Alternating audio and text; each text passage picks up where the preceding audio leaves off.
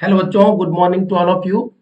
बच्चों, इस वीडियो में हम लोग लर्न करेंगे R S Aggarwal maths of class 8 chapter 12 direct and inverse proportion exercise 12B। बच्चों, ये बहुत ही इंपॉर्टेंट एक्सरसाइज है आपके लिए, तो इसको स्टार्ट करते हैं हम लोग यहाँ से। This is very very important one. So सबसे पहला प्रश्न जो है बच्चों इस एक्सरसाइज का, वहां से शुरू करते हैं, ठीक है। So observe the table given below in each case and find whether x and y are inversely proportional. Table को ऑब्जर्व करना है और हमें बताना है कि क्या x और y इन्वर्सली प्रोपोर्शनल है या फिर x और y इन्वर्सली प्रोपोर्शनल नहीं है। बच्चों, सबसे पहले इस प्रॉब्लम को करने से पहले इन्वर्सली प्रोपोर्शनल का जो नॉलेज है उसको यहाँ पर पक्का करना जरूरी है। बच्चों, जब भी आपको दो नंबर दिया हो, सपोज x एंड y, तो इनवर्सली प्रोपोर्शनल जब आप चेक करेंगे तो दोनों का जो प्रोडक्ट होगा x इंटू वाई, इसको ऐसे भी लिख सकते हैं, यह जो है x इंटू वाई की जो वैल्यू होगी बच्चों, वह वैल्यू डिफरेंट डिफरेंट केसेस में सेम आना चाहिए। अगर सभी डिफरेंट केसेस में x और y का प्रोडक्ट जो वैल्यू आता है बच्चों, अगर वह सेम होगा तो x और y जो है वह इनवर्सली प्रोपोर्शनल होगा। तो चलिए इस कॉन्सेप्ट को यूज करके पहला प्रॉब्लम जो है उसका फर्स्ट पार्ट करते हैं। यहाँ पर हमने ये टेबल दूसरे पेज में लिखा है बच्चों, x y 6, 9, 10, 15, 14, 21, 16, 24। If x and y are inversely proportional, we have to check कि क्या एक्स और वाई इनवर्सली प्रोपोर्शनल है। तो क्या करेंगे बच्चों, अगर वो इनवर्सली प्रोपोर्शनल होंगे तो दोनों का जो प्रोडक्ट वैल्यू होगा वो क्या होगा, इक्वल होगा। तो हम लोग चेक करेंगे। चलिए, यहाँ पर x एंड y और x Y should be equal, तो x की जगह पर 6 है और y की जगह पे 9 है, तो 6 9 जा 54। दूसरा प्रोडक्ट क्या है बच्चों, 10, x की वैल्यू 10 और y की value 15, so this is 150। 14 into 21, इसको अगर मल्टीप्लाई करें बच्चों तो यहाँ पे आप कर सकते हैं 14 इंटू 21 रफ में, 4 1 जा 4 और 1 1 जा 1, 8 और यहाँ पे 1 4 9 और 1, सो दिस इज 194। इसको मल्टीप्लाई करें बच्चों 14 इंटू, अच्छा इसी को किया हमने, नेक्स्ट करेंगे बच्चों 16 इंटू 24, सो 16 इंटू 24, सो इसको मल्टीप्लाई करते हैं बच्चों, 6 4 जा 24, कैरी 2, 4 प्लस 2 6, 1 प्लेस छोड़ दिए बच्चों, 6 2 जा 12 और कैरी 1, 2 1 जा 2 प्लस 1 3, सो यहाँ पे 4 और यहाँ पर 8 और यहाँ पर 3, सो दिस इज 384। बच्चों, आप देख सकते हैं एक्स वाई का जो प्रोडक्ट वैल्यू है वो डिफरेंट डिफरेंट केस में डिफरेंट है, सेम नहीं है। तो हम लोग यहाँ पर लिख सकते हैं, सिंस एक्स एंड वाई और x y in each case in each case in each case is not equal, is not equal। बच्चों, सभी केसेज में एक्स वाई का प्रोडक्ट अलग अलग है तो एक्स वाई और x into y in each case is not equal. So हम लोग यहाँ पर लिख सकते हैं बच्चों clearly, x and y are not inversely proportional. So x and y are not inversely proportional, not inversely proportional। ठीक है बच्चों, so this is how we understand। Second question इसी का, फर्स्ट का सेकेंड पार्ट। सो टेबल यहाँ दिया है बच्चों, एक्स वाई की वैल्यू दी हुई है और अगर एक्स और वाई इनवर्सली प्रोपोर्शनल होगा तो प्रोडक्ट क्या होगा, सेम होगा, इक्वल होगा। तो चलिए यहाँ पे फर्स्ट केस में क्या है, 5 into 18, so this is 90। Second case में बच्चों 9 into 10, this is 90। Third case 15 into 6, this is 19, not 19 90, और 3 इंटू 30, दिस इज 90, और 45 इंटू 2, दिस इज 90। ठीक है, सो इसको लिखिए यहाँ पे बच्चों 45 into 2, so this is also equal to 90। So आप देख सकते हैं बच्चों यहाँ पर थ्रू आउट एक्स और वाई का जो प्रोडक्ट है वह सेम है। तो यहाँ पर आप लिख सकते हैं, इसके बाद लिखिएगा, यहाँ पर एंड में लिखिएगा एक्स एंड वाई इज, और एक्स एंड वाई नहीं पढ़ते इसको बच्चों, एक्स वाई पढ़ते हैं या एक्स इंटू वाई पढ़ते हैं। X y is equal in each case, सभी केस में बच्चों एक्स और वाई का जो प्रोडक्ट है वो क्या है, इक्वल है। तो इसलिए एक्स और वाई क्या है, यहाँ पर इन्वर्सली प्रोपोर्शनल है। तो आप यहाँ पर लिख सकते हैं x and y are inversely proportional, x and y are inversely proportional. So आगे बढ़ते हैं बच्चों, यहाँ पर थर्ड पार्ट इसी क्वेश्चन का, फर्स्ट क्वेश्चन का थर्ड पार्ट। सो यहाँ पर एक्स वाई की वैल्यू दी हुई है 9, 4, 13, 12, 6, 9, 36, 1। ठीक है। सो चेक करना है बच्चों क्या ये इन्वर्सली प्रोपोर्शनल है। तो यहाँ पे हमने लिखा if x and y are inversely proportional then x into y should be equal. So x into y should be equal, x की वैल्यू 9, वाई की वैल्यू 4, सो 9 4 जा 36, 3 12 जा 36, 6 9 जा 54, 36 इंटू 1, सो दिस इज 36। बच्चों आप देख सकते हैं तीन केस में वैल्यू इक्वल है, एक यहाँ पर इक्वल है, ये भी 36, ये भी 36, ये 54 इक्वल नहीं है बच्चों, 36 के बराबर नहीं है। तो सभी केस में इक्वल होगा तभी इन्वर्सली प्रोपोर्शनल होगा। तो यहाँ पर हम लोग लिखेंगे चूंकि x and y, not x and y, x into y is not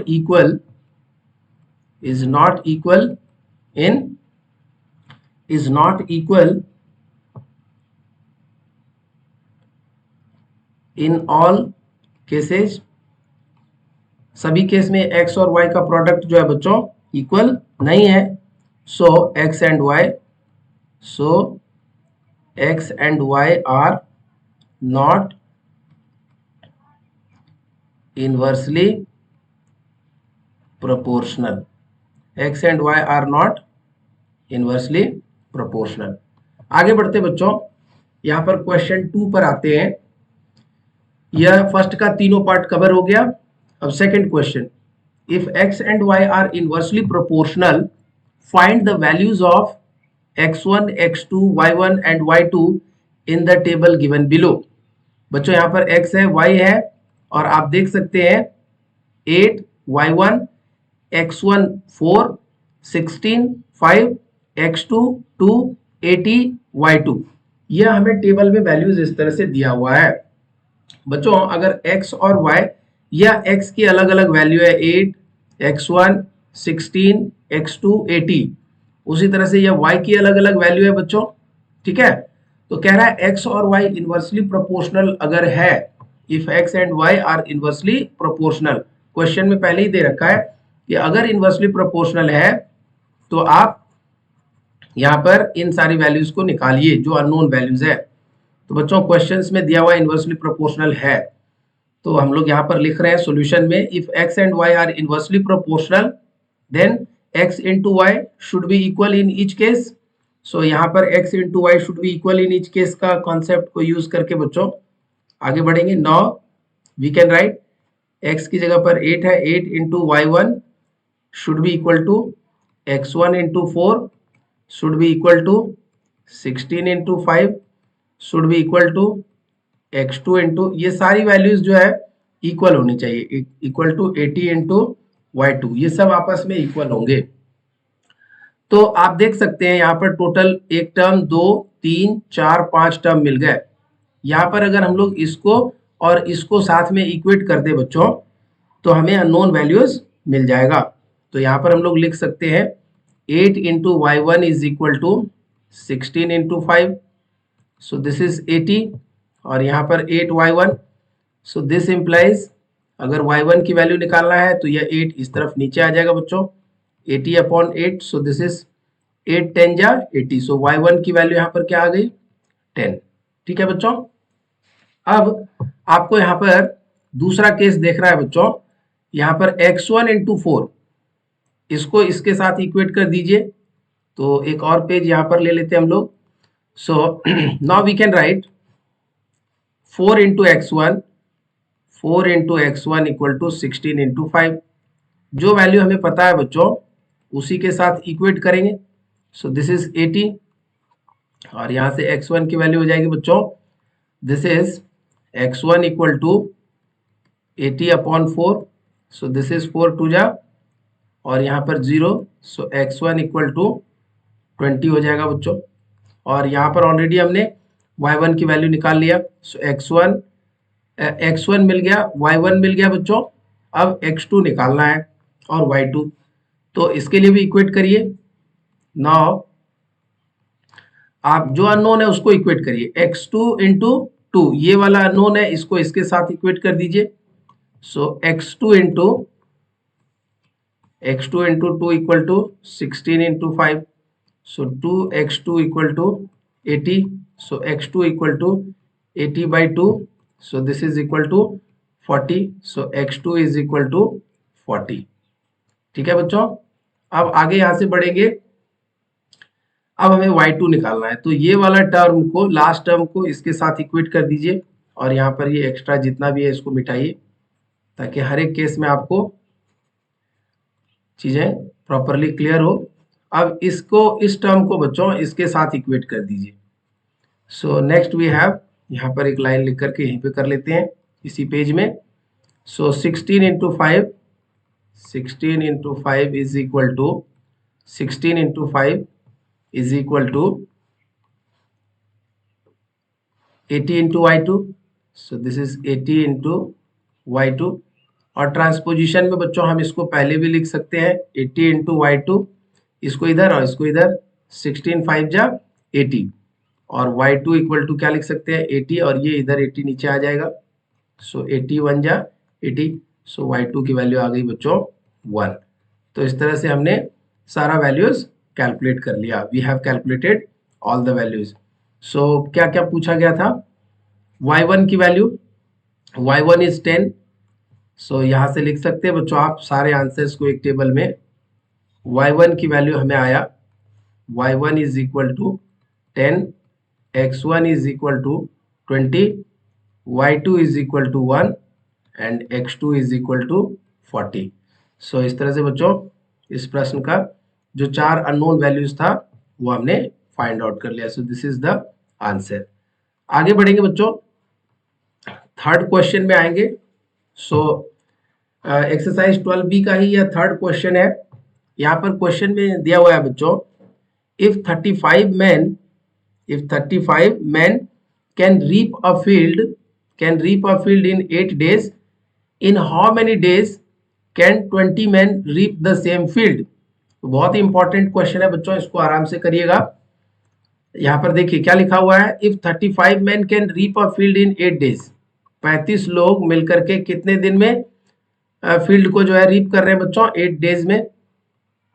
और कह रहा है इन हाउ मेनी डेज, तो यहाँ पर डेज हमें पता नहीं है। 20 मैन, तो 20 आदमी कितने दिन में उसको रीप कर लेगा सेम फील्ड को। तो आप देख सकते हैं यहाँ पर आदमी कम हो गया। चलिए देखते हैं यहाँ पर सॉल्यूशंस पार्ट को। Late the required number of days, ये 20 लोगों को मान लेते हैं कितना दिन लगा, x डेज लगा। सो नंबर ऑफ डेज और नंबर ऑफ मैन का एक टेबल बना लेते हैं। सो फर्स्ट केस में दिया हुआ बच्चों 8 डेज और कितने आदमी 35। सो अगला केस में बच्चों 20 मैन और कितने डेज x डेज, इसको भी लिख लिया। Clearly less man will take more days, पता है हमें बच्चों कि कम आदमी अगर लगेगा तो यहाँ पर दिन क्या होंगे, ज्यादा लगेंगे, ज्यादा लगेगा, मोर लगेगा। So here it is less and here it is more. So definitely this is the case of inverse proportion. अगर डायरेक्ट प्रोपोर्शन का केस होता तो प्रोपोर्शनल होता बच्चों, अगर एक क्वांटिटी कम होती तो दूसरा ज्यादा होती और दूसरा अगर कम होती तो पहला ज्यादा होता। लेकिन यहाँ पर क्या है बच्चों, इस केस में हम जो ऑब्जर्व कर रहे हैं इनवर्स प्रोपोर्शन का केस में क्या होता है बच्चों, एक कम तो दूसरा ज्यादा या फिर दूसरा कम तो पहला ज्यादा। और डायरेक्ट प्रोपोर्शन में पहला कम तो दूसरा भी कम, या पहला ज्यादा तो दूसरा भी ज्यादा। तो यह जो प्रॉब्लम है this is the case of inverse proportion. क्यों? क्योंकि कम आदमी लग रहे हैं बच्चों, less man will take more days, तभी तो फील्ड रिप हो पाएगा। So this is a case of inverse proportion. और जब इनवर्स प्रोपोर्शन का केस होता है बच्चों, तो हमें क्या करना पड़ता है, प्रोडक्ट को इक्वेट करना पड़ता है। So x into y should be constant या इक्वल होगा सभी केसेस में। सो 8 इंटू जितना 8 इंटू 35 की वैल्यू होगी उतना ही x इंटू 20 का वैल्यू होगा। सो आप ट्रांसपोजिशन यहाँ पर यूज कर सकते हैं, इसको पहले लिख लेंगे x into 20 equal to 8 into 35। So इसको एक स्टेप इधर ही लिख लीजिए, 20x is equal to 8 into 35। और बच्चों फिर यहाँ से x की वैल्यू हो जाएगी 8 इंटू 35 अपॉन 20। ठीक है, सो इसको सिंप्लीफाई करेंगे। आप यहाँ पर एक और पेज ले लीजिए। सो x का जो वैल्यू आया बच्चों, x is equal to 8 into 35, 8 into 35 upon 20। So this is 4 5 जा एंड 4 2 जा और 5 7 जा 35। सो x की वैल्यू हो जाएगी बच्चों 14। सो this is the value of x। सो हम लोग यहाँ से क्लियरली बोल सकते हैं कि जब 20 आदमी काम करेंगे बच्चों, तो वह कितने दिन में ग्राउंड को कंप्लीटली रिप करेगा, 14 डेज में। तो यहाँ पर हम लोग लिख सकते हैं, we can write the answer 20 man can reap, therefore 20 men can 20 men can reap the field in 14 days। ठीक है बच्चों, सो यहाँ पर थर्ड क्वेश्चन भी कवर हो गया। चलिए फोर्थ क्वेश्चन करते हैं। This is again very very important part. ठीक है, if 12 man can dig a pond in 8 days. बच्चों एक तालाब का यहाँ पर जो है तैयार करना है, डिग मतलब होता है खोदना, तैयार करना, इन 8 डेज 12 लोग मिलकर के कितने दिन में करेंगे बच्चों, 8 डेज में। How many man can dig it, तो यहाँ पर ये पता नहीं है कितना मैन, तो x मान लिया। डिग इट इन 6 डेज, तो 6 दिन में कितने लोगों की जरूरत पड़ेगी। अगर उसी पॉन्ड को 6 दिन में तैयार करना है, खोद करके तैयार करना है बच्चों, तो कितने मैन की जरूरत पड़ेगी। तो चलिए इसको कैलकुलेट करते हैं। मान लेते हैं x मैन की जरूरत पड़ेगी, let the required number of man be x। Table बना लिया यहाँ पर, number of days, number of man. तो number of days first case में दिया हुआ है, 8 डेज में कितने लोगों की जरूरत पड़ रही है बच्चों, यहाँ पर देख सकते हैं 8 डेज में 12 man can dig the, 8 days में 12 लोग काम कर रहे हैं ना। यहाँ पे 35 लिखा हुआ है बच्चों, इसको एडिट कर देना है। सो इसको यहाँ पर एडिट कर दीजिए। सो this is 12। Okay, so 8 days में 12 लोग काम कर रहे हैं। उसी काम को बच्चों, उसी काम को 6 दिन में, यहाँ पर क्या है, अगला प्रश्न क्या है, 6 दिन में, है ना। सो 6 दिन में, 6 डेज में कितने लोग करेंगे, तो यहाँ पर भी एडिटिंग कर दीजिए। 6 डेज, तो ऊपर हो जाएगा बच्चों 6, दिस विल बी 6। और कितना आदमी की जरूरत पड़ी है, हमने माना है x, let us consider this one is x। ठीक है, सो 6 लोग x डेज में काम कर रहे हैं, नहीं 6 डेज में कितने लोग काम कर रहे हैं बच्चों, 6 डेज, 6 डेज में x लोग उस काम को कंप्लीट कर रहे हैं, है ना। सो चलिए यहां से आगे बढ़ते हैं। Clearly more man will require less number of days. आप देख सकते हैं यहाँ पर, अगर कम दिन लग रहा है बच्चों, 6 दिन में काम हो रहा है, तो यहाँ पर आदमी क्या लगा होगा, 12 से ज्यादा लगा होगा, है ना, ज्यादा ही लगेगा, क्योंकि कम दिन में काम करना है तो नंबर ऑफ मैन की ज्यादा रिक्वायरमेंट होगी। तो वहां पर लिख रहे हैं बच्चों, more man will require less number of days. So this is a case of to dig the pond. So this is a case of inverse proportion. और जब इनवर्स प्रोपोर्शन का केस होगा बच्चों, तो प्रोडक्ट क्या करेंगे हम लोग, इक्वेट कर देंगे, x into sorry 8 into 12 will be equal to 6 into x. इसी को ट्रांसपोज करके पहले इसको लिख लिया, फिर इसको लिख लिया, और यहाँ से x लिख सकते हैं बच्चों 8 इंटू 12 अपॉन 6, सो 6 2 जा 12 और 8 2 जा 16, सो x की वैल्यू कितनी आ गई 16। सो x क्या रिप्रेजेंट कर रहा है बच्चों, this is representing required number of man. So यहाँ पर लिख सकते हैं रिक्वायर्ड नंबर ऑफ मैन कितनी होगी, सो 16। ठीक है, आप यहाँ पर लिख सकते हैं, यू कैन राइट हियर, और मैं ऊपर में लिख देता हूँ, आप नीचे लिख लीजिएगा required number of man to dig pond in 6 days equal to 16 man की जरूरत पड़ेगी यहाँ पर। ठीक है बच्चों, so this is very very important problem. और बच्चों इस वीडियो में यहीं पर मैं आपके लिए स्टॉप करता हूँ। ठीक है, यहाँ से आगे हम लोग अगले वीडियो में लर्न करेंगे। और इस वीडियो में मैंने करीबन 4 क्वेश्चंस जो है आपके लिए कंप्लीटली किया है। इसको आप अच्छे से पढ़िए, तैयार करिए, अपने नोट्स में जरूर लिखिए। एक अच्छा नोट्स जो होता है बच्चों, वो आपका एक रिकॉर्ड होता है जो आपको बहुत यूजफुल होता है। बहुत सारी बातें आपके साथ करेंगे बच्चों, अभी केवल आपको पहले पढ़ाना है, अभी बहुत सारा एक्सरसाइज कवर करना है, तो इसलिए वीडियोस में केवल पढ़ाई की बातें कर रहे हैं हम लोग। ठीक है, कंटिन्यूटी मेंटेन रखेंगे और अच्छे से पढ़ेंगे बच्चों, तो जरूर अच्छा परिणाम मिलेगा। और मैं आप लोगों के लिए लगातार वीडियो बना रहा हूँ और कंटिन्यूअसली वीडियो बनाऊंगा। जो जो चैप्टर्स की आपको जरूरत पड़ेगी वो सारे चैप्टर्स के लिए वीडियो बनाऊंगा मैं, मैथ्स में भी साइंस में भी। तो आप अच्छे से पढ़िए और अच्छा रिजल्ट करिए। और आज के लिए इस वीडियो में इतना ही बच्चों, मिलते हैं अगले वीडियो में। Thank you.